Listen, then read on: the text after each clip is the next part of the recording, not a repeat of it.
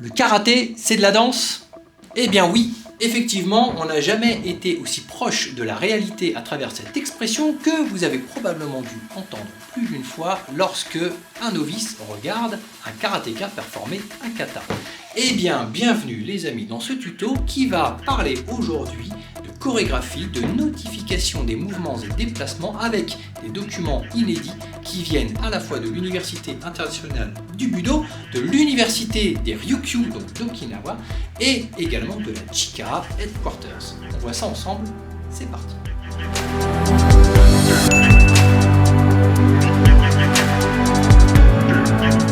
Alors non, il n'y a rien de péjoratif à dire que le karaté c'est de la danse quand cela concerne les katas. Ce qui fait la différence entre toutes les petites écoles, les petites ryu qui existent en karaté, c'est justement le détail.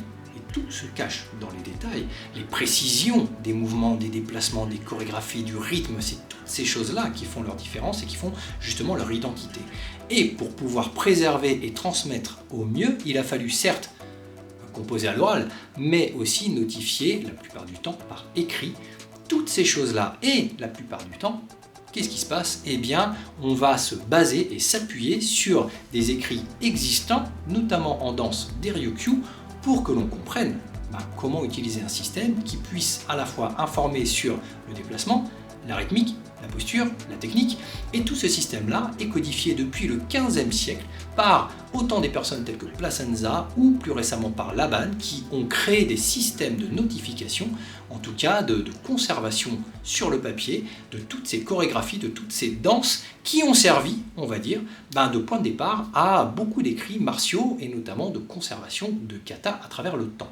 C'est passionnant, j'ai beaucoup de choses à vous montrer sur le sujet. Avant toute chose, ce petit tuto m'a été, on va dire, tilté en scrollant sur Facebook et je suis tombé sur une publication de Germain Chameau, que vous ne connaissez peut-être pas, mais moi non plus d'ailleurs, qui est une personne qui a travaillé pour le même éditeur que moi fut un temps.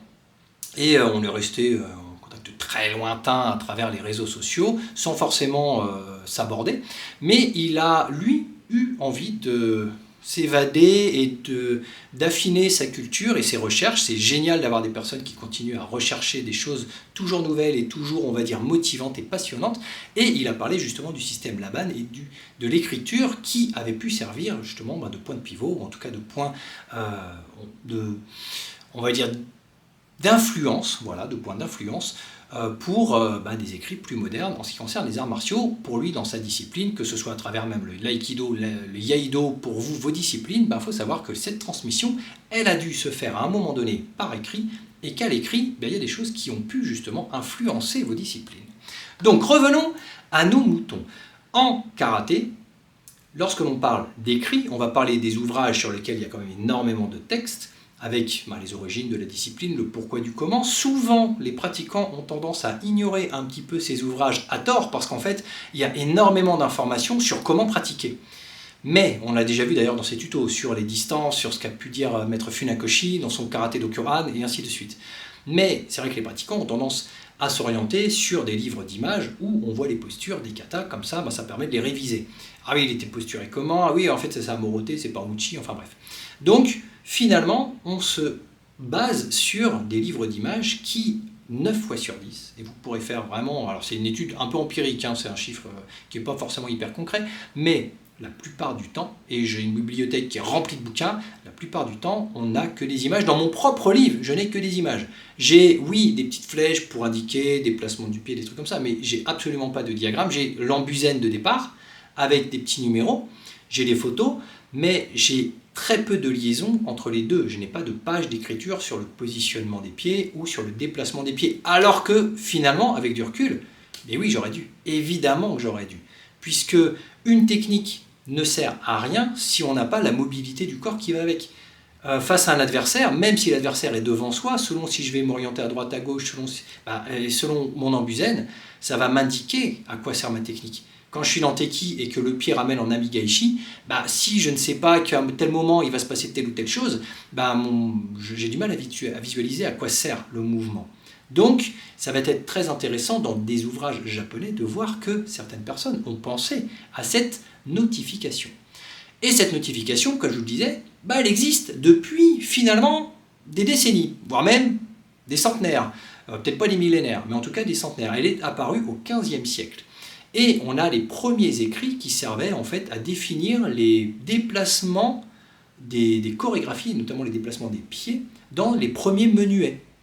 Donc c'était à la cour du roi, il y a plusieurs écrits qui ont passé les âges jusqu'à une écriture un petit peu plus moderne, l'écriture Laban, qui sert justement à notifier autant le positionnement, le déplacement chorégraphié, mais surtout à travers la rythmique. Et là pour le coup c'est aussi hyper important, parce que finalement dans les arts martiaux, très peu parlent de rythme. On a un mouvement qui est souvent une image qui est fixe, et derrière, bah ouais, mais alors on bouge comment? Alors parfois les bras, on met des flèches, ok. Mais à travers le déplacement du corps, du bassin, du pivot, des pieds, de ce genre de choses, est-ce que les pieds s'inclinent un peu? On n'a pas ces informations-là. Ça, c'est la première chose. La deuxième chose, c'est que, bah oui, ok, on sait qu'on va peut-être bouger un peu, mais il nous manque la rythmique. À quel moment je dois, est-ce que c'est un temps, est-ce que c'est un demi-temps, est-ce qu'il y a du scène de scène, scène de scène? Tout ça, on ne l'a pas forcément. Alors, certains écrits sont vraiment rédigés à côté, mais il nous manque une certaine structure qui existe dans les systèmes de chorégraphie et finalement qui a pu faire un certain lien avec les arts martiaux. Alors je ne vous cache pas que pour trouver des ressources véritables, palpables, j'ai dû faire, alors certes un travail journalistique, mais là pour le coup qui m'a pris vraiment des semaines, car je tenais à trouver des premiers écrits, des premières, on va dire, archives de configuration des danses des Ryukyu et qui ont amené au karaté.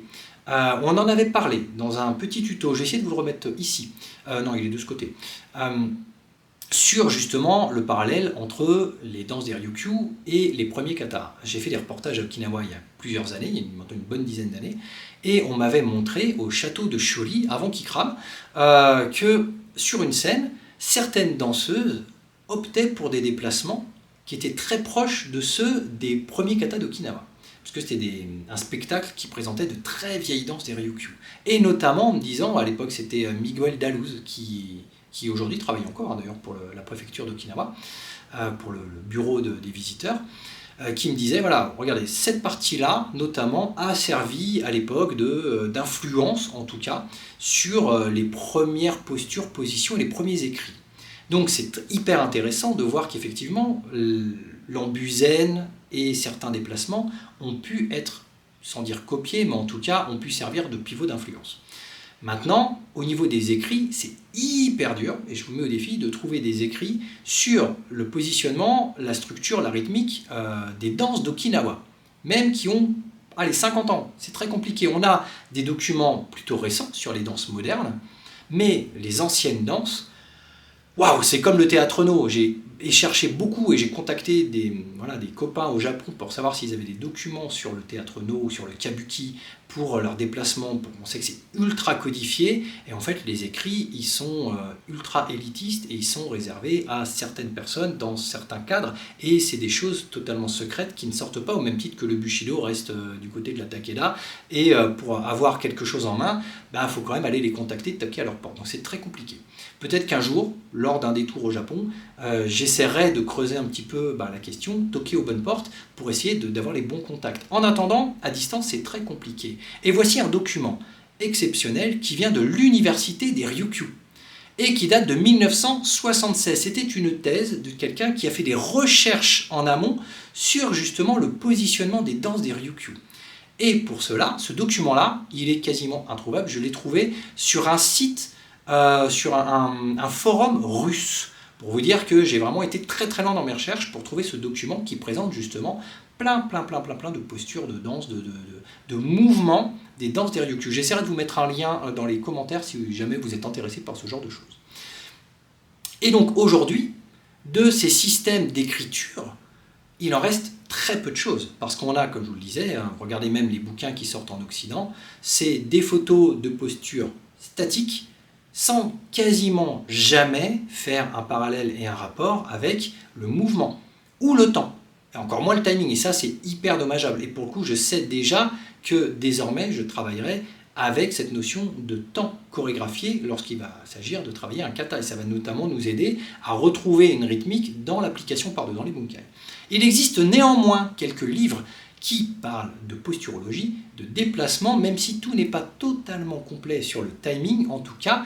eh bien on se rend compte que certains maîtres, certains experts, certains écrivains, certains calligraphes se sont inspirés des codifications existantes on va dire, à juste titre et avec une très grande intelligence de pouvoir le faire pour pouvoir transmettre justement aux pratiquants les tenants et les aboutissants. On le retrouve dans quelques documents, notamment un document inédit qui est celui-ci.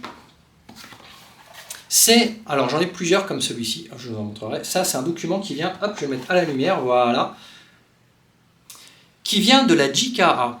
Ce document, ce livre-là, il est disponible au headquarters de la JKA et en fait, il n'est pas vendu, il n'est pas trouvable. Vous pouvez le chercher sur Internet, vous ne l'aurez pas.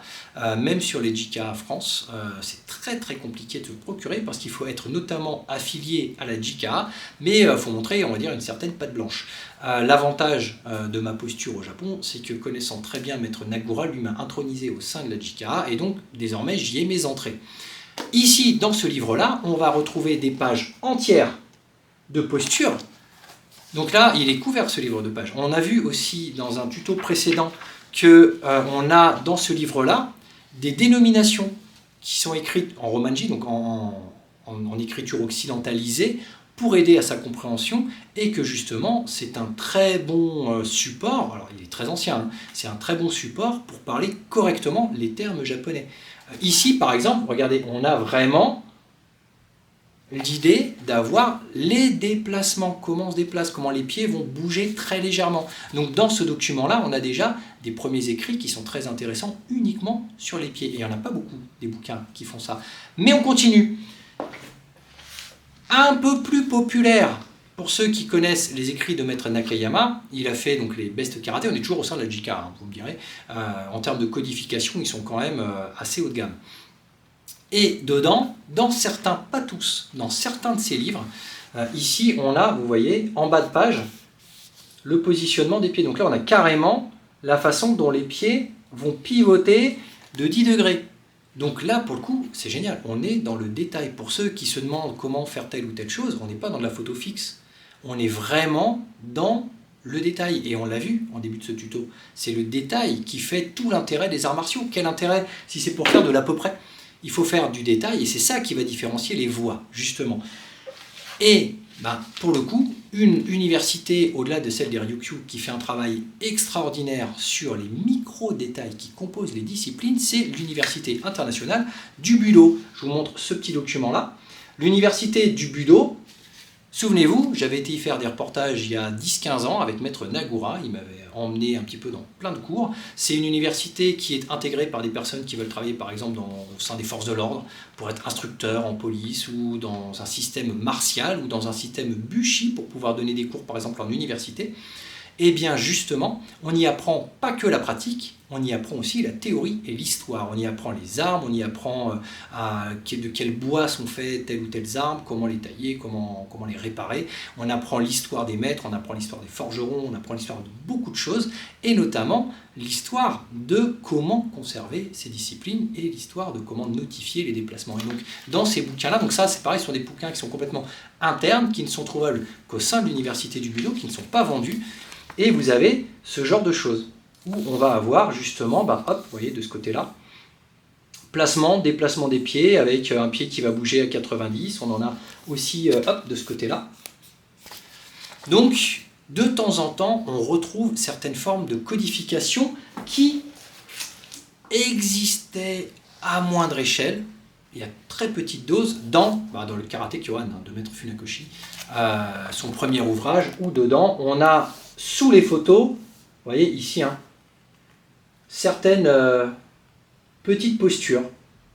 C'est assez intéressant parce qu'on se rend compte que on travaille sur une ligne, et on en a souvent parlé, notamment là en ce qui concerne, puisque là on est dans les katas de base, on est sur les postures de Naifanchi.